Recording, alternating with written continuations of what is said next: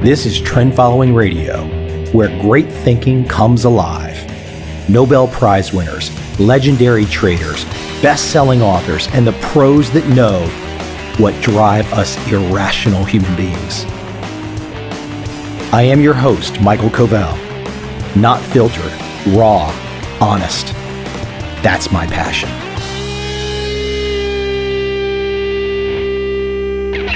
Before I jump into my guest today, I have one of those simple like requests. It's a very simple request. If you like my newest edition of Trend Following, the 5th edition, out in 2017, whether that's the hardcover, which is my favorite hardcover of any of the books that I've had in the last 10 plus years, or the 34-hour audiobook version. Either one, go to Amazon.com and give it some love. I mean, I'm in a constant battle of those really strange, odd people that want to say every one of Covel's books is from the devil incarnate and it's just atrocious. But I know, over the years, I know I strike a chord with the wise people out there. So if you enjoy my works, please go to Amazon, spread the good word, say something kind, or say something mean. Maybe you'll kick me in the ass. But either way, get out there, pontificate, put something in orbit out there, food for thought. Find something in Trend Following that really resonates with you. I'd love to read your perspective. I want the feedback. And Amazon.com is a fantastic place for that to happen. On to my guest today, Ryan Moran, an entrepreneur, founder of Capitalism.com, and also Freedom Fastlane. Ryan helps people to understand how he's made his fortune. I love these stories of one-man shops starting with essentially nothing and turning it into a boatload of success. Now, that's just one aspect of what Ryan brings to the table. What I also love about what he brings to the table, liberty. A young guy who appreciates Hayek, appreciates Mises, appreciates Milton Friedman. A lot of young people today, they don't want to touch that. Say, why do I need to listen to these old guys on YouTube? Ryan is not that guy. He's a guy who clearly has spent some time not only living liberty, but studying liberty. I hope you enjoy this conversation with Ryan Moran.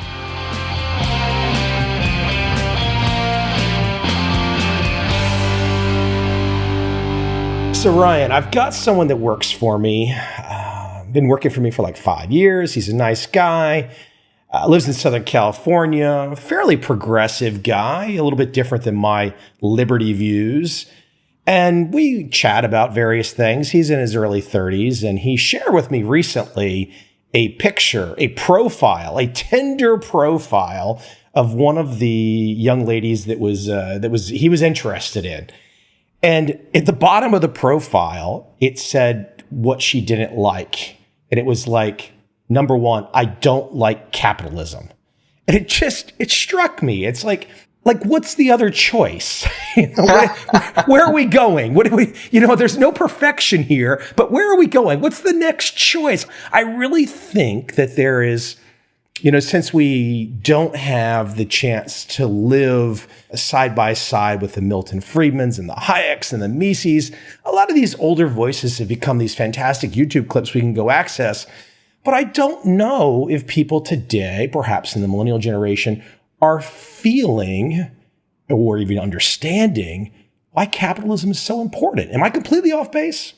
Michael, this is interesting because as we chat today, I am just coming back from Burning Man in Nevada. I attended a session at Burning Man that was put on by people who, one of the speakers was a free market capitalist and is no longer, and actually kind of talked it down. And I just rolled my eyes because as he was talking about his ideal society, it was actually more of an intentional community, and which is great. I think intentional communities are awesome. Define that for the audience really quick.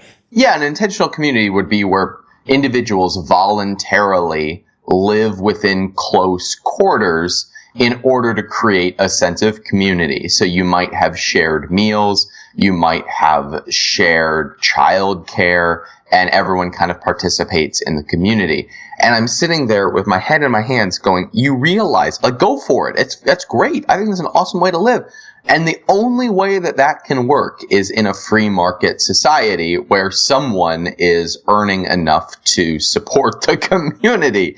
I do think that there will be societal shifts that happen, but they can only happen within the confines of free market capitalism. And with the changes that we see coming as the result of things like cryptocurrency, like artificial intelligence and automation, those are all things that will create more opportunities than they destroy, which always happens and only happens in a free market and capitalistic society. And it is also classically ironic that this woman is saying that on a pro-profit app called Tinder on her pro-profit iPhone.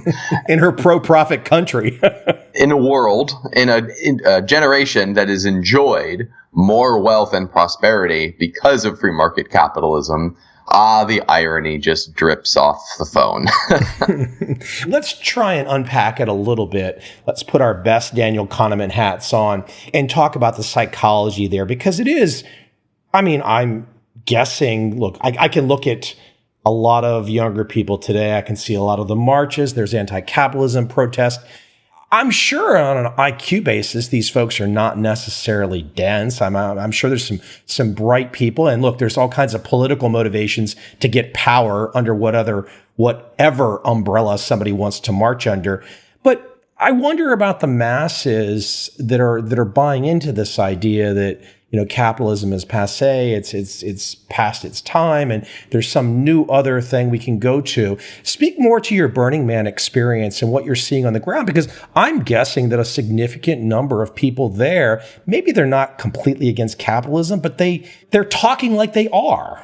I think we need a bit of an updated, as liberty people, as free market people, we probably need an updated set of memes through which to promote our cause. The old phrase, I think it was Reagan who shared that if you are not a socialist when you are young, you don't have a heart. And if you're still a socialist when you're older, you don't have a brain.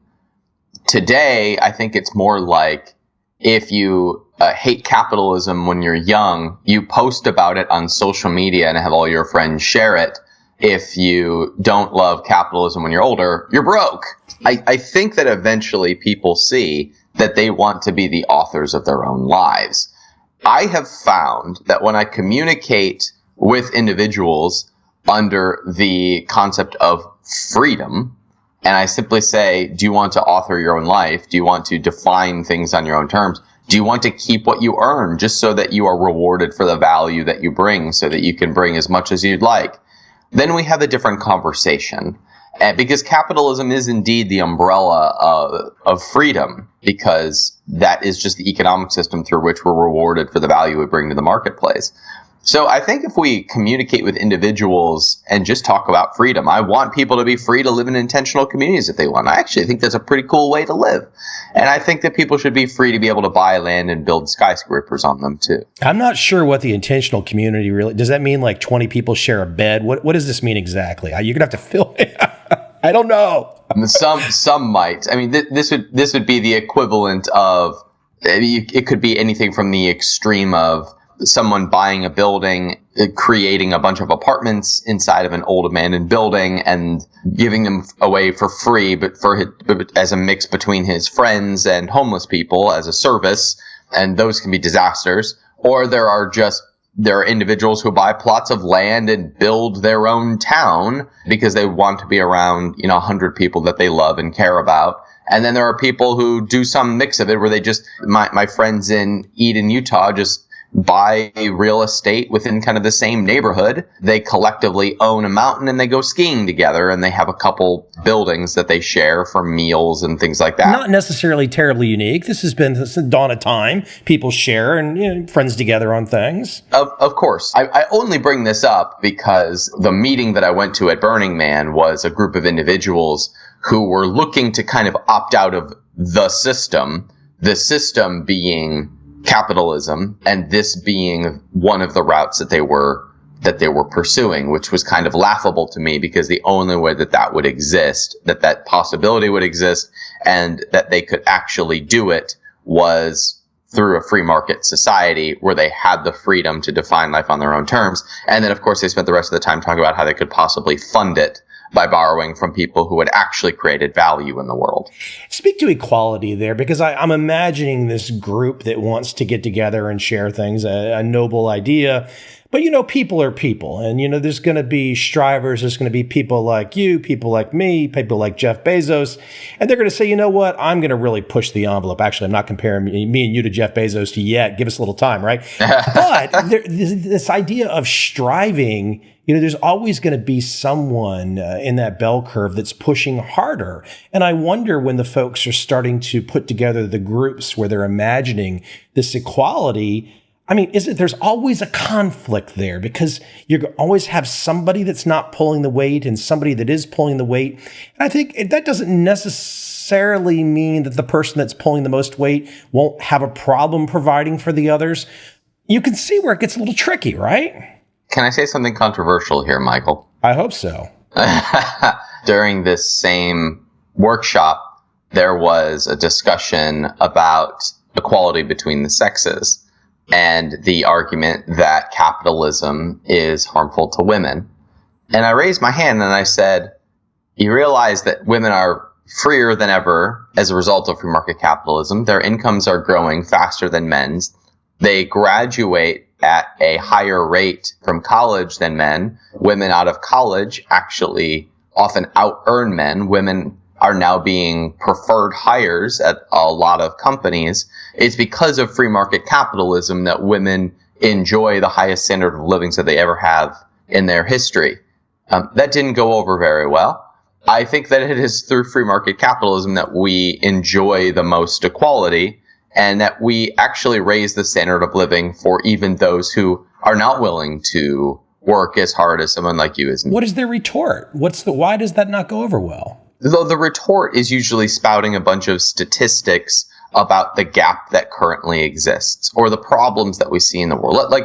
Let's be real. There are problems in the world, and there will always be problems in the world. So the retort is always to come back and to talk about a problem that is current. There will always be poverty, right? Now, the poverty line will always move because the world is getting better and more abundant, more free, and there's more capital flowing in. If you want to make an emotional argument that gets people riled up, it will always work to talk about poverty. It will always work to talk about those who fall through the cracks. It will always work to talk about gaps between certain people's income. That will always be an argument. It's just completely ignorant of any trend.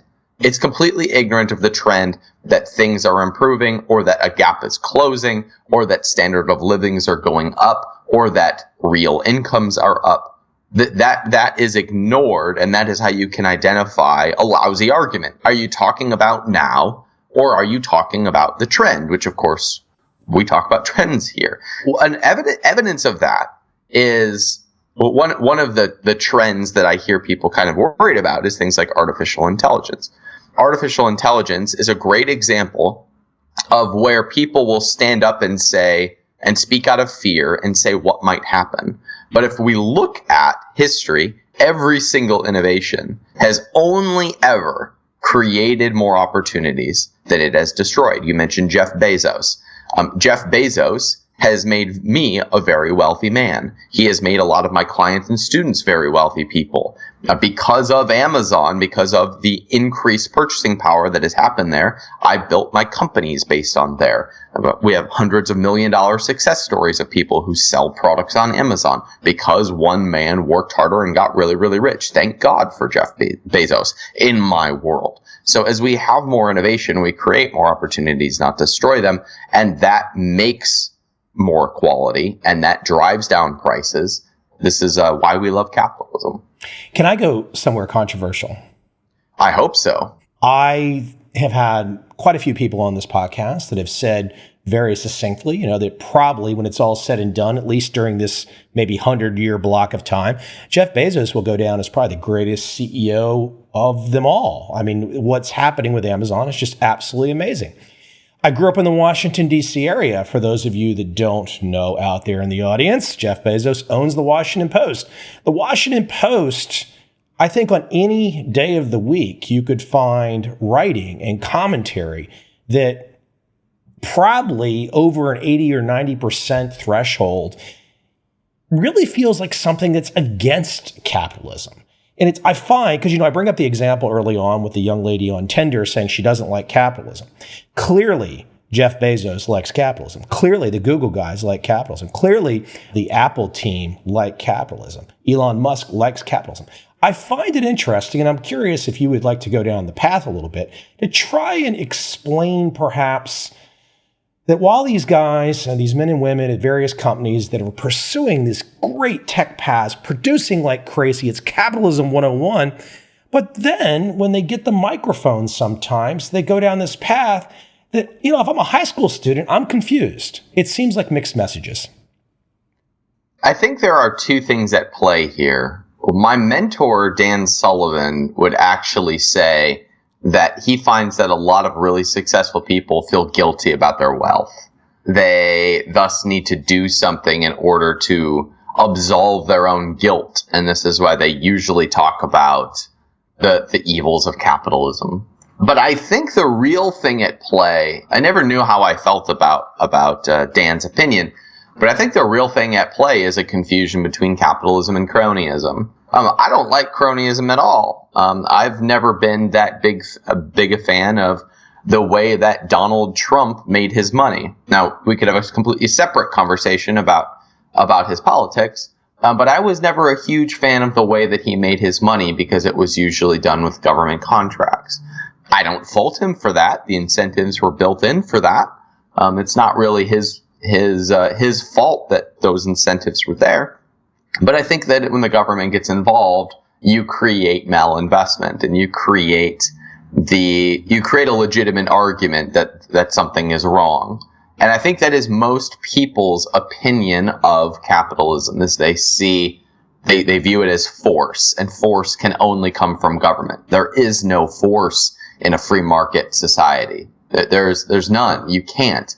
We both have to be willing to make the exchange in order for the exchange to happen. Force can only come via government. And when government hands off that force to business, now you have cronyism. But of course, government is here to make our lives better, and it's never done anything wrong and is made up of the people. So we overlook that and we blame the business that has been incentivized by the company. And I think those are the two things that might be in play. But ultimately, we have all benefited regardless of our feelings about what might be at play. Well, it's a tricky thing, and I'm not going to stay here on this topic, but everybody can see the headlines these days, and perhaps they're outliers, perhaps not. I think when you start to have companies that have so much power, you can actually, even though it started as a capitalistic venture, it can cross over to something else. And I think that it'll be interesting to see how discussions of monopoly power unplay in the years to come. But I won't keep you there because that one is terribly controversial. Nobody really wants to talk about that stuff too much. Hey, but listen, let me take you back in time a little bit to you. Young guy, you're in the millennial generation. So how did you start to go down this liberty path? Give me the light bulb moment. I'll share for you. I mean, I've always kind of had my beliefs. I wasn't extremely well read in my early 20s. And this might sound cliche to some people, but it was a very famous trader who at some point in time said, well, I'll have a meeting with you. And I'm paraphrasing here. He said, I'll have a meeting with you, but first go read Atlas Shrugged. That was a real aha moment for me to slog through that baby. And I just slogged through it once, but it was generally on target, especially for someone that grew up in the Washington, D.C. area. Give me your aha moment. Give me the moment where you started to wake up to people like Hayek or Mises or Friedman. What was the trigger for you? The trigger was actually a cocktail of experiences that I had in college. Because in college, I was an economics student. I was an economics student during the economic collapse while there was a presidential election going on, and I was building a business from my dorm room. All of these things together, I'm learning how to make money on the internet. I'm watching pensions crumble. I'm watching people talk about the economy crumbling. And I am seeing a presidential election and hearing people talk about their potential solutions to the problem. And it was during this time I went to school thinking I was going to be a minister, a pastor, and I switched over to economics because I was sitting in on a meeting and a presentation delivered by one of my economics students or one of my economics teachers who was going through the morals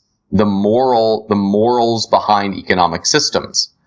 And highlighting, and I went to a very private Christian school, highlighting the Christian argument for free market economies, and suggesting that you had to volunteer in order to be a part of an exchange. We both had to agree to something. We had to serve one another in order to get ahead.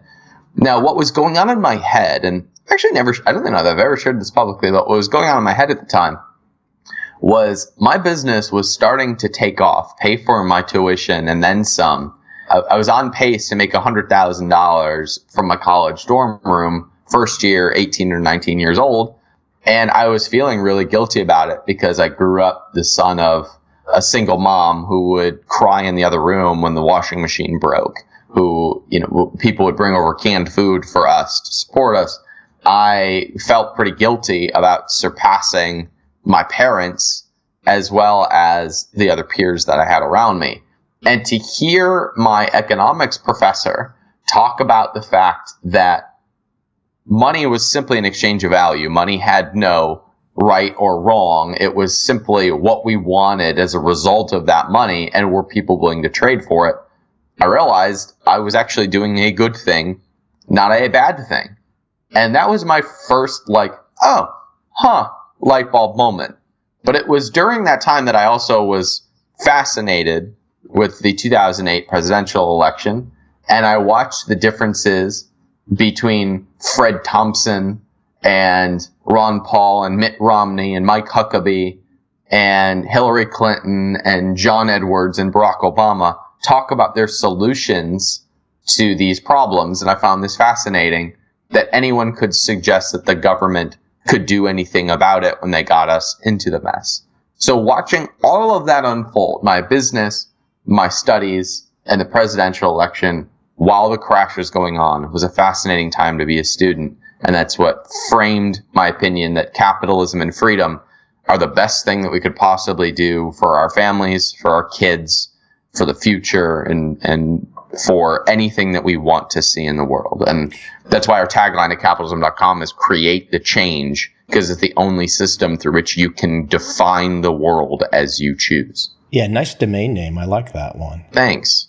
But hey, by the way, that fall of 2008, for capitalism, it wasn't the best of times for some very specific reasons. And there's probably other ones that I'm going to mention right now. But for example, there really should not be in existence today a bank by the name of Goldman Sachs and a bank by the name of Morgan Stanley. I mean, capitalism by its very nature was perverted in the fall of 2008 in ways that, I mean, I guess we just kind of, not talking about me and you, but just in general, the world, we just kind of pretend that didn't happen. But it did happen. And I think it does set the precedent for friends and family and extra benefits the next time there's another one of these little meltdowns. I happen to agree with your assessment. And I would even say if we backed up a few years that it was being perverted even before then with artificially low interest rates and stimulations of the economy that shouldn't have happened that created the run up in the first place. I think that might be what we're seeing right now. And I'm a little bit concerned about what might be in the other end of that.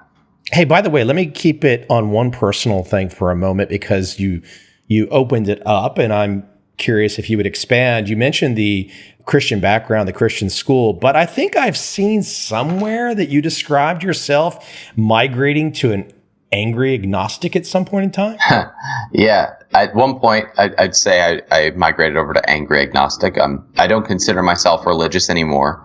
If I were to classify myself, I'd probably call myself an agnostic Christian or even an atheist Christian. I did grow up with a very conservative Christian background. I did not feel like I had the room to question or ask the things that I wanted to ask.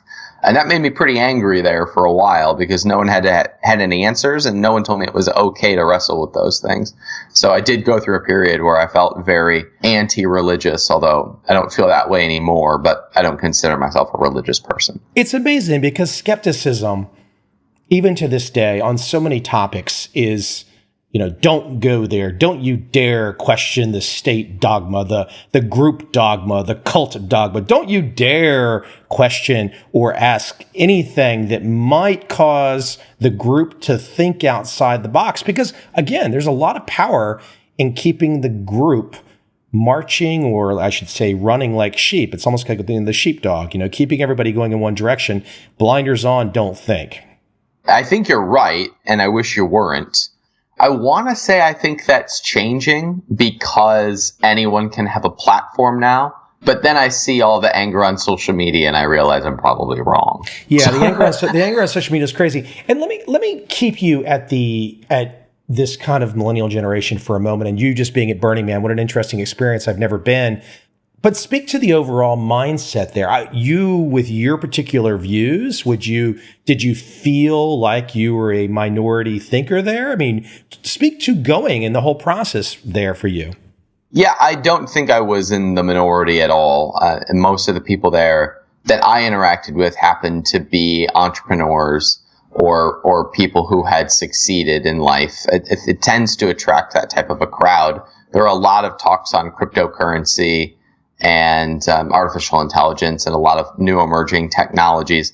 It tends to attract the person who thinks very differently. So there were a lot of groups there that were like polyamorous groups. There was the intentional community groups. There were entrepreneurs. So it tends to attract a lot of fringe people because it creates kind of a safe space for creative thinking or new thinking, which is why I think a lot of people talk about it as feeling like themselves because they were free to talk about and question whatever they would like. There's a huge LGBTQ community there. I did not feel like I was out of place being an entrepreneur or a free market capitalist. I think everyone kind of takes off their argumentative hat for a week and just talks about interesting things. Of course, I have no idea what their lives look like when they go back to their real lives, but there it does foster a community for creative construction of debate on a variety of different topics.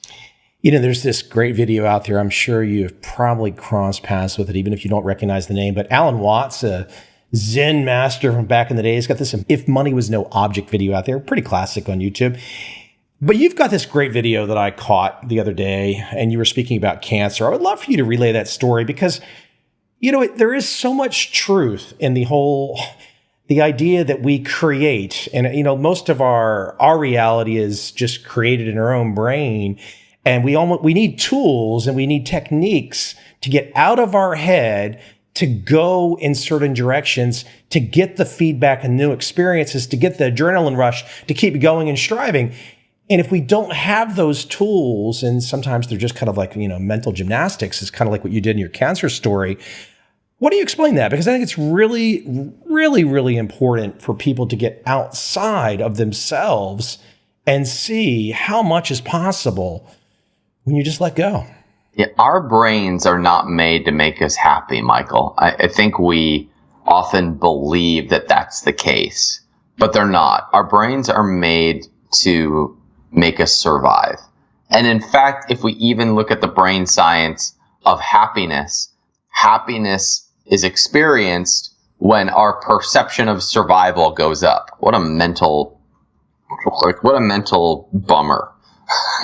So we are wired to survive, not to enjoy pleasure or be happy. I had the thought of, well, what if that was removed? Meaning, what if we knew we weren't going to survive? Because we're not. Death rates in the world are currently 100%. So none of us get out of this alive. I have seen individuals who only realize that when they are diagnosed with something. And when they're diagnosed with something and they come to face their own mortality, they realize that they're going to pass. And when you realize that, and you face that, and you look at it and you look at it square in the eye, and you get really clear on your own mortality, and you realize what is most important to you, which is different for each person, there, I think, is such freedom in that. So the story that I like to tell is, imagine you got a call from your doctor and you found out that you had cancer and it was really bad and you didn't have long to live. So you wrapped up your affairs, and for the rest of your time, you actually focused on what was most important. Like, let's just play with that for a second. The things that you would focus on would be different for each person. But the things that bothered you and the things that tend to hold you back and the things that you stress for probably get let go of. You probably double down on what's really important, which tends to be relationships, which tends to be certain experiences. And so you get intensely focused on those things that you want to do to enjoy the rest of your time. And then one day you get a call from the same doctor and they say, hey, we have no way to explain this, but the cancer is gone. Go enjoy your life. You're free. Imagine that lesson of knowing what it looks like to focus on what is most important. And now you are actually free to live your life. The way that I had this experience was I went through a period of really dark depression in my mid-20s. And I found myself at one point on the phone with suicide prevention while I was in that really dark spot.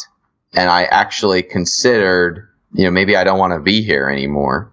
And facing those demons, there was a period for about 3 months where, as I was climbing out of it, I remember I was climbing a mountain. I was going for a hike in Tennessee. I remember getting to the peak of this mountain.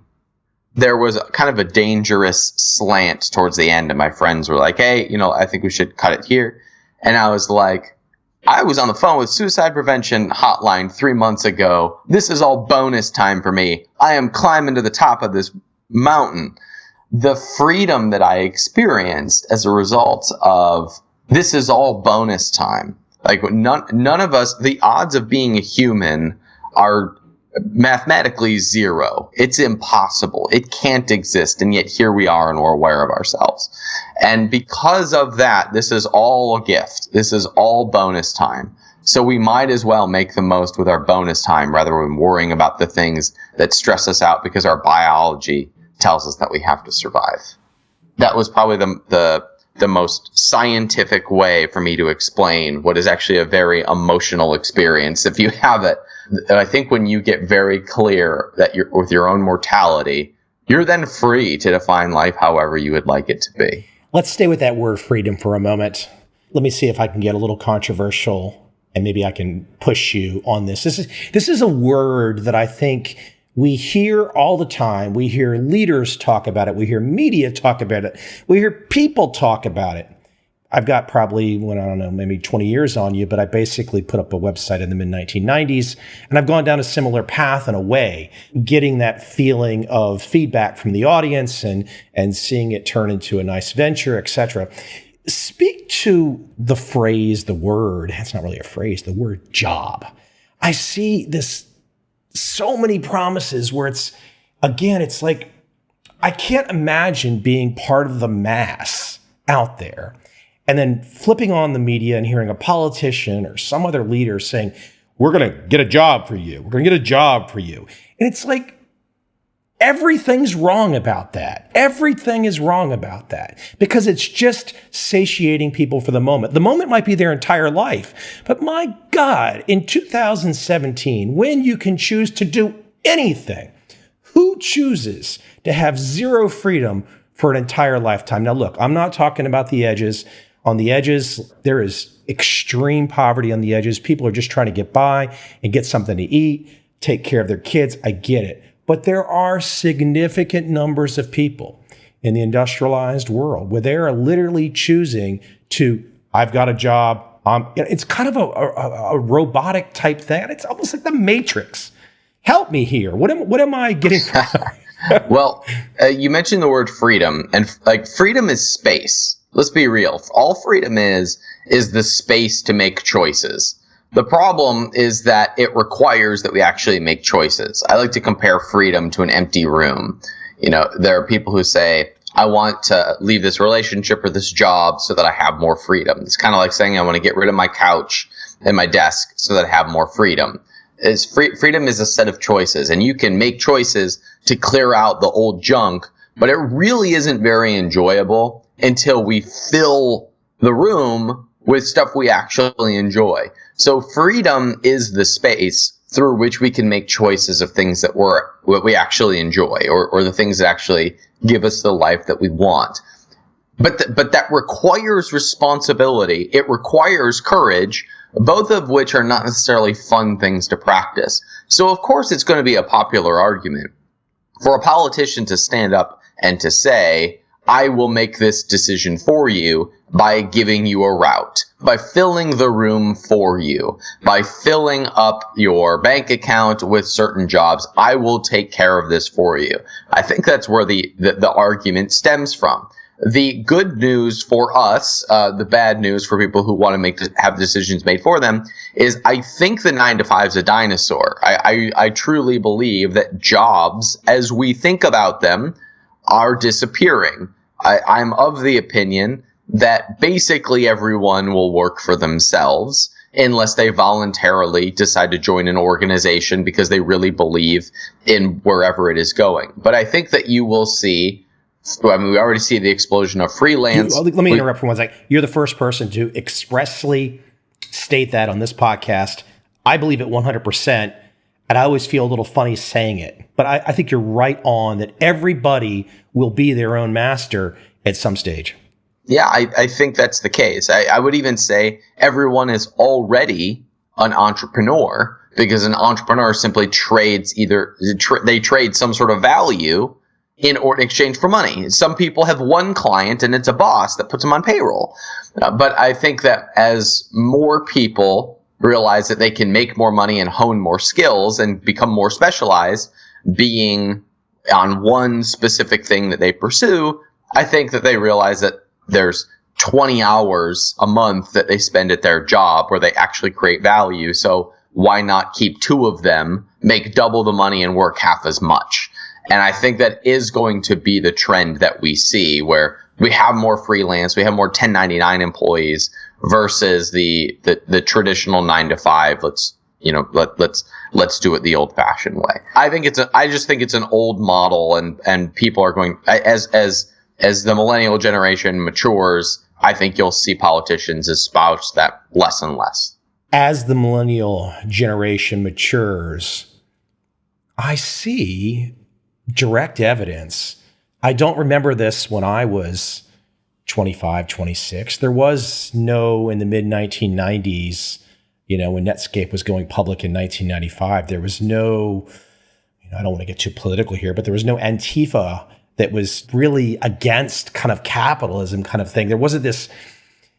And then there seems to be also on top of that, there's this desire for the state to either fix it or take care of. And you were just speaking to that, but how do you get across to people? I mean, they can hear the emotion in your voice. They can hear the excitement. They can go check you out online, and they can see this person who's excited and passionate about life. It's getting people to the point where they jump, though. And I sometimes wonder, can anybody help anybody really jump, or does each individual person just have to do it? It's a real conundrum. I'm not 100% sure But I think that you can give someone that experience if you can show them a peek behind the veil of what is possible. How you've walked the path. Not necessarily, because I don't know that example inspires as much as people think it does. I think that when people see some sort of actual result that makes a difference in their lives, it's like giving them their aha moment. For example, Gary Vaynerchuk did this challenge about 6 months ago where he encouraged people to go throughout their house and sell one thing on eBay. People kind of got addicted to it, and they started selling a whole bunch of stuff on eBay and making like an extra $500 a month. And as a result of doing this, you have all these people going, It feels good too. It's not just the money, the sheer act of taking that something from your house, putting it in a box, putting an address on it, sending to someone, making the transaction. They're happy, you're happy, you get some money. The whole transaction is euphoric. And I think that when you give someone that experience, and that's a hard one to do by example, but if you give somebody that hit where they are in the game, they're participating in the transactions, I think that might be the thing that changes it. Now, here is the problem, Michael. The counter trend to capitalism is let's get rid of the transactions. Let's have the state, let's have the government do it for us rather than have more people participate in the transactions. I mean, we can just look at healthcare in the face on this one. I mean, the way that we have decided to pay for healthcare is to eliminate all transactions. Just get rid of them all. Transactions are painful, they hurt. So let's get rid of them and let's have the state provide it. And as a result, you will have less innovation. You will have less price sensitivity. You will have prices go up. It's already happening. Whereas if you put all of the price signals in there and you had those transactions happening, you would have downward pressure. You would have people demanding different goods and services. And that's how it should be.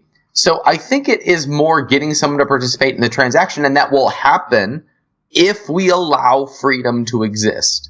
Because people have to make decisions, they have to make choices in order to survive, because our brains are wired to survive.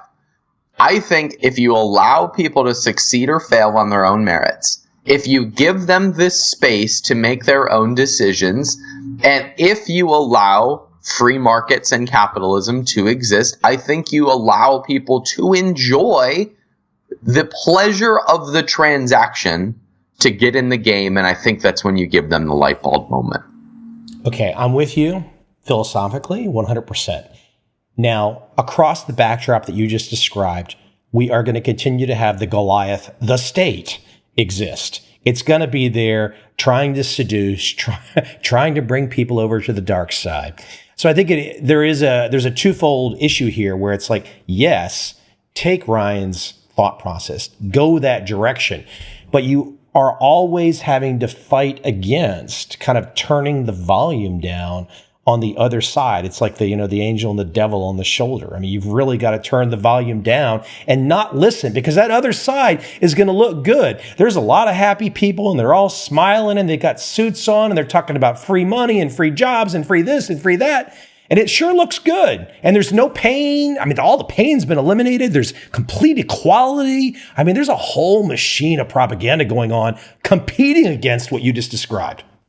I don't know that message appeals to people who are financially well off and happy with their lives. Glenn Beck said recently when he was talking about his darkest times that he studied every spectrum of belief system, and he would read books about Jesus and books about Hitler, and he noticed that they had the same message at the beginning, which was, I will feed you.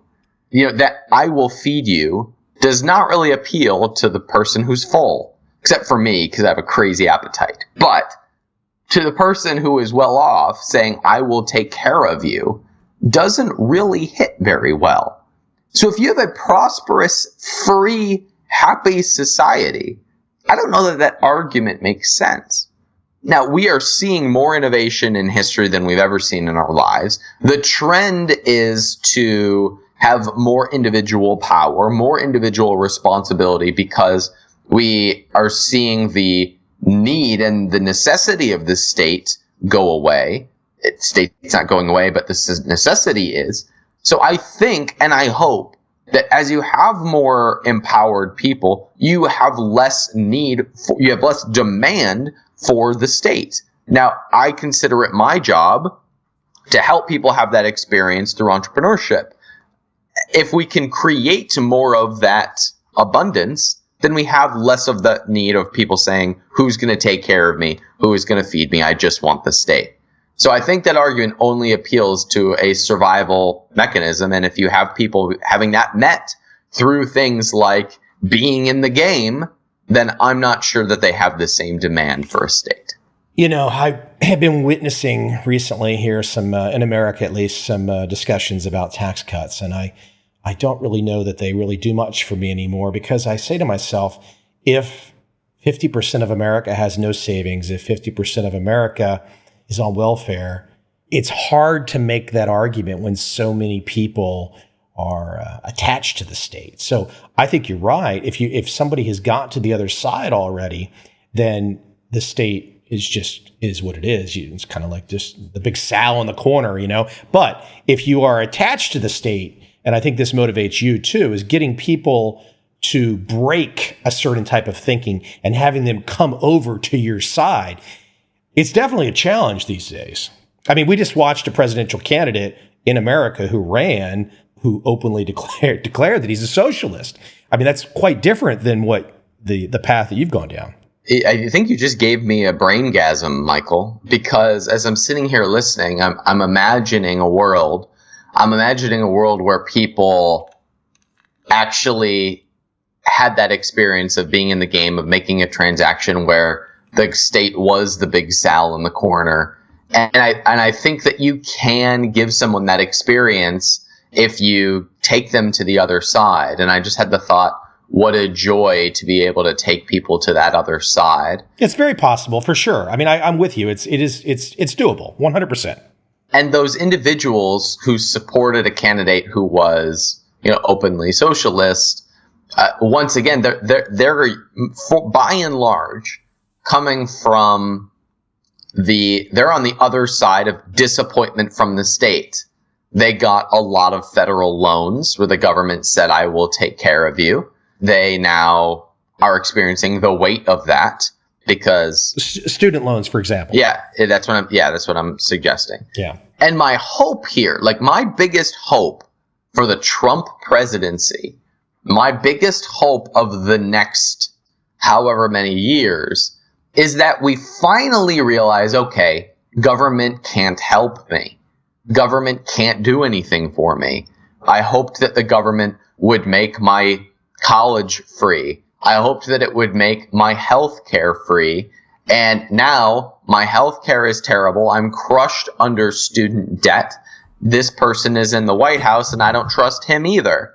And my hope is that we finally go, I just don't think this works for me. And we will push more people to what you referred to as the other side.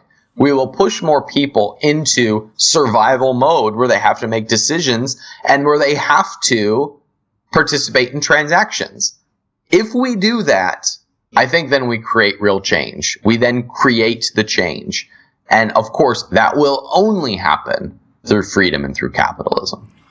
You mentioned the student debt issue. I've never been particularly sympathetic to it because I never found myself in that situation in the early 90s. I didn't have to deal with the numbers. I think the reason I'm not sympathetic is because when I look at the situation, I'm seeing parents, number one, and then students, number two, the whole team, the whole family, and they're looking at it and they're saying to themselves, okay, Bob or Susie, you're 18 years old. We're now going to spend $160,000, $250,000 over the next 4 years. We're going to spend this money over the next 4 years because when you get out, that piece of paper will guarantee you all of the things that Ryan is talking about today, which is patently absurd and patently false. But also let's be real, it's done from a good place, right? They want to get to what you're talking about, but they've been sold a bill of goods. They have, and besides specific trades, explain to me a situation where that is the case. We basically have free education in this company, in this country, in the world, really. If you have access to the internet, you got it. You have access to free education. This whole argument about let's make higher education free is adorable. Like it's already free. Why do we need to tax it? Just leave the internet alone. The admission, the family admission, parents and the student, the child, to say we're going to spend $200K for 4 years, aren't they really just admitting this is a crony system and this is the price that we have to pay to try and get our piece of the whole cronyistic system? It is today. It just wasn't the case in my parents' generation. You had more private schools. You had more private demand for employment. So that wasn't the case in my parents' generation, and that's their reference point. I will say I'll brag on my parents who have almost as many flaws as I do. My parents did one thing that I'm so grateful for, which was they encouraged my own pursuits wherever that would lead, even if it weren't their own, with the exception of maybe religion. Everything else, they just encouraged my pursuits wherever that led me. I thank my parents for that every time I see them. It's the one lesson that I really hope to pass on to my daughter. Wherever she shows interest, I will support and try to encourage, because I don't know that the trends that made me rich, I don't know that the trends that made me successful, or even the things that make me happy or that I enjoy will be true for my 2-year-old daughter named Esther. I'm not sure that they will be the same, and she might have a better ear to the ground on that when she is 18, 20, 25. I don't think that old generations realized that 20, 30 years from their time that it would be a different system. But the system has changed now, and we ought to recognize and we ought to push back against those from older generations who are making decisions for us that they're trying to throw a crony bag of goods down our throat. Let me send you down a path, because I think your generation is fighting back against the state in one particular way right now, which would be the crypto world, the blockchain world, the ICO world. This looks like to me, and I've seen other folks on this podcast speak to this, but the state can't like some of these innovations there, can they? No, and to be quite honest with you, I'm not yet sold on the idea. I'm not yet sold on the concept, but I do like it from the perspective of, I think you're right that it pushes back against the state. If it does reduce the need for a central bank and return more power to individuals, I think that's possible. I'm yet to see a model yet that I can really get behind, but I'm optimistic of the technology and the trend that is coming as a result. I think, again, if I go back to the fall of 2008, if I look at what the U.S. government did during that time period, a time period of chaos, I just have to look at something like the cryptocurrencies, the ICO market, all that kind of stuff. If the powers that be, and they're still powerful, if they want to throw a monkey wrench at things, I sure think they have the ability to, in a way that we might not yet imagine, because none of us imagined what was going to go down in the fall of 2008. But at the same time, the best opportunities come from those experiences. I mean, you mentioned Amazon. In 2008, what was Amazon's stock in 2008? It was flat. It was flat for a decade plus. Everybody was like, hey, why is this guy losing so much money? This is going nowhere. Right. But it was during that time that that adoption of Amazon Prime really took off, right? So, and that buying power is what made Bezos able to be successful and to grow so aggressively, because he had that buyer's base. I think that during those big economic changes, that is when the greatest opportunities exist. I'm not, forgive me for repeating myself, but I'm not yet sold on any of the cryptos that exist or the structures that exist of actually reaching the adoption point where it makes a meaningful difference. I'm open to being proven wrong on this, and many people suggest that I will be.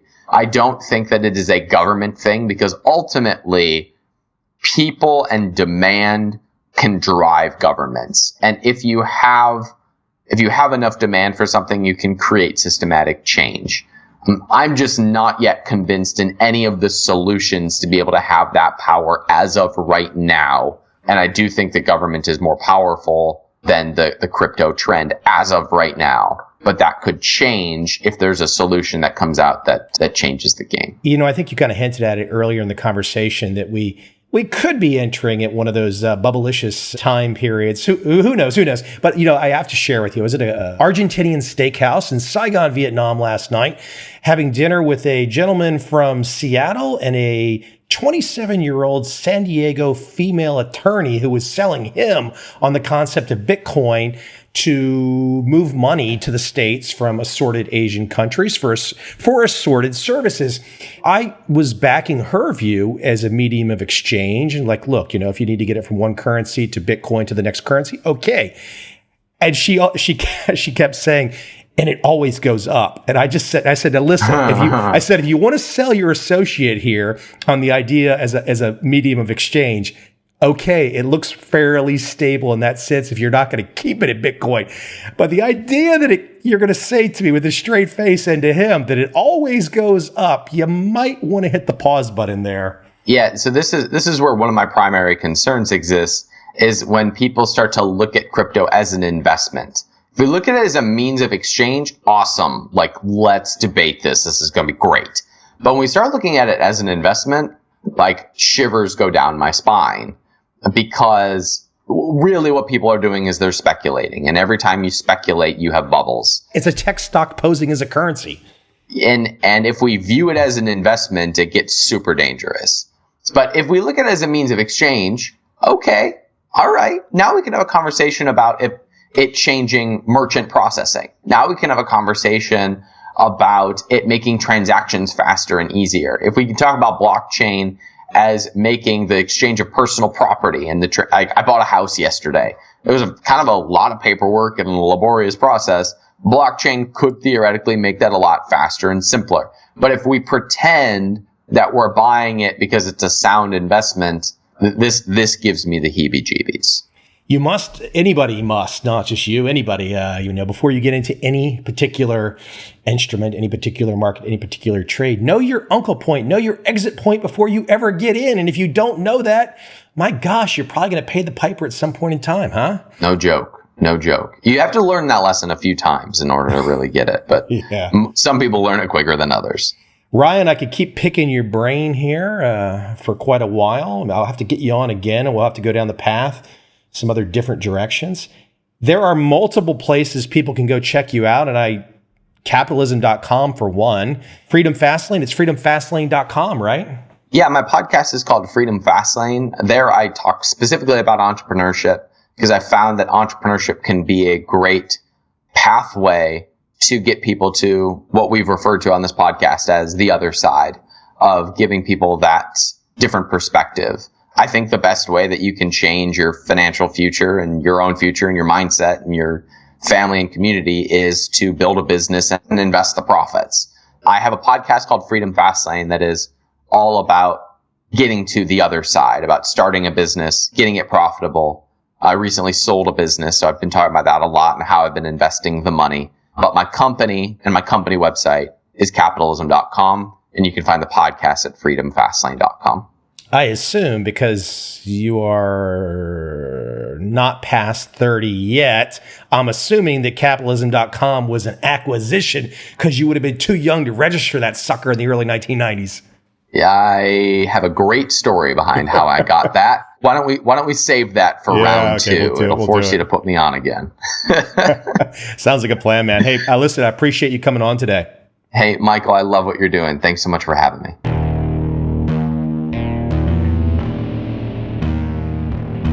I see a time when those awake will understand how to make money in up, down, and surprise markets.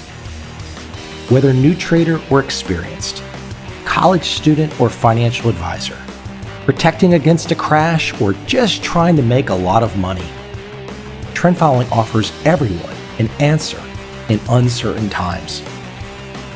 To get started immediately, send me an email, michael@covel.com. I will send you the right trend following steps to take along with my free video. But if you want to buy and hold, trust the government and trust Wall Street, this is absolutely not for you.